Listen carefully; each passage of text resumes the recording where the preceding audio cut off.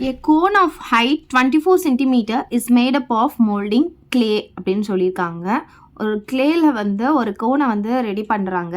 அந்த கோனுடைய ஹைட் வந்து பார்த்திங்கன்னா 24 சென்டிமீட்டர் அப்படின்னு சொல்லியிருக்காங்க.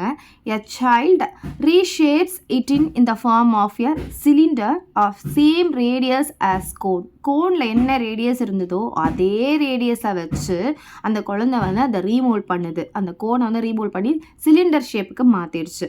Find the height of the cylinder அப்படின்னு கேட்டிருக்காங்க. இப்போ இதில் பார்த்தீங்கன்னா வால்யூம் ஆஃப் அ கோனும் வால்யூம் ஆஃப் சிலிண்டரும் ஈக்குவலாக இருக்கும். ஏன்னா அது ரீமோல்ட் பண்ணி தான் இந்த ஷேப்புக்கு கொண்டு வராங்க. அப்போ எப்படி எழுதிக்கலாம்?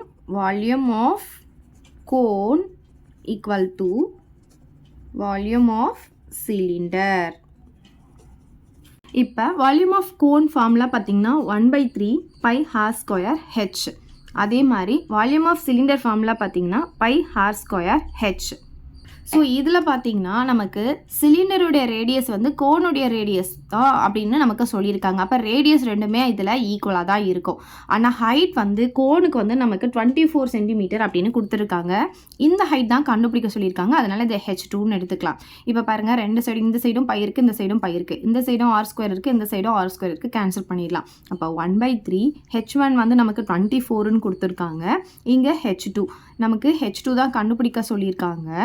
ஸோ இது பார்த்தீங்கன்னா 3 டைப்பில் 1 டைம், இது 8 டைம்ஸ் நம்ம கேன்சல் பண்ணிக்கலாம். அப்போ 8ன்னு கிடைக்குது. therefore height of the cylinder is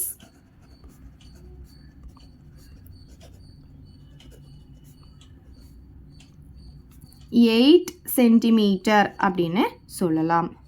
H2 = 8 centimetre.